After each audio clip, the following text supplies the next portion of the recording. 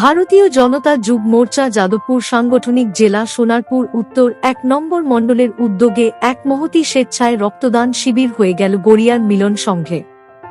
রবিবাসরীয় রক্তদান শিবিরে উপস্থিত ছিলেন জেলা সভাপতি মনোরঞ্জন জোয়াদ্দার। এছাড়া উপস্থিত ছিলেন সোনারপুর উত্তরের নবনির্বাচিত বিধায়ক দেবাশিস ধর, ভারতীয় যুব মোর্চা যাদবপুর সাংগঠনিক জেলা সভাপতি দীপ বিশ্বাস, ভারতীয় জনতা যুব মোর্চা সোনারপুর উত্তর ১ নং মণ্ডলের সভাপতি তথা প্রধান উদ্যোক্তা সন্দীপ সিনহা সহ অন্যান্যরা। এদিন প্রায় শতাধিক রক্তদাতা রক্তদানে এগিয়ে আসে। পুরুষের পাশাপাশি মহিলা রক্তদাতাদের ভিড় ছিল নজরকাড়া।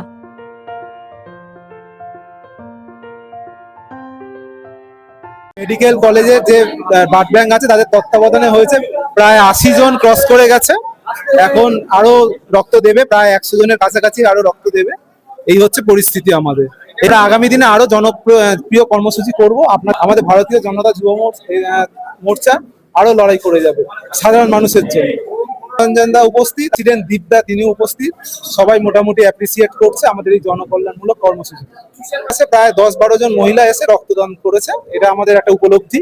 আগামী দিনে চেষ্টা করবো আমরা আরো মহিলা যাতে এখানে এসে রক্তদান করে।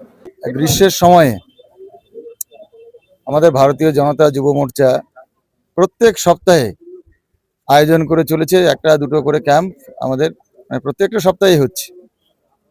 এবং এই গ্রীষ্মের সময় আমরা জানি যে রক্তের স্ক্যারসিটি থাকে, তো সেই চিকিৎসা ক্ষেত্রে রক্তের বিকল্পও নেই। তাই আমাদের জনতা যুব মোর্চার পক্ষ থেকে বিভিন্ন জায়গায় আয়োজন হচ্ছে। এটা শুভ উদ্যোগ, মানে এটা মানুষের জন্যেই, সমাজের জন্যেই, প্রতিবেশীর রক্ত দেওয়ার জন্য যদি কারো ডাক পড়ে আমাদের যুব মোর্চার ছেলেরা তৈরি আছে। তৎক্ষণাৎ আমাদের যুব মোর্চার কাছে ফোন যদি চলে আসে তাহলে ওরা সঙ্গে সঙ্গেই তৎক্ষণাৎ আমাদের যুব শক্তিকে সেখানে পাঠিয়ে দেবে। যদি কোনো হসপিটালে প্রয়োজন হয় সঙ্গে সঙ্গেই, বা কোনো নার্সিংহোমে কেউ ভর্তি থাকেন কোনো মুমূর্ষু রোগী, আমাদের কর্মীরা সেখানে গিয়ে রক্ত দেওয়ার জন্য তৈরি আছে। সমাজে এরকম কাজ কে না প্রশংসা করবে, যেই করুন না কেন এই ধরনের কাজে সবাই সবসময় প্রশংসার যোগ্য, এবং সেটা করে চলেছে আমাদের যুব মোর্চা। সেটা ঘটনা হলো যে আইনের পথে চলবে, কেউ আইনের ঊর্ধ্বে নন। উনি এমপি হন বা কোনো দলের বড় নেতা হন না কেন, আইনের পথেই চলবে। ভালো উদ্যোগ, এবং আমরা দেখছি যে ঠিক এই সময় কিছুদিন পর থেকে রক্তের খুব আকাল পড়ে।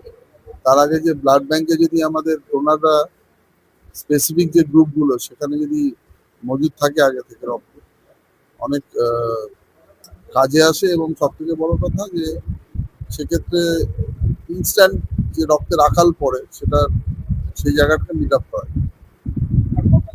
দেখলাম একটু আগে ফেসবুকে দেখছিলাম তৃণমূলেরই কর্মী, মানে তৃণমূলের লোকই এখন অভিষেক ব্যানার্জিকে চোর চোর বলে তাড়া করছে আর ডিম ইয়ে করছে আর জুতো নিয়ে।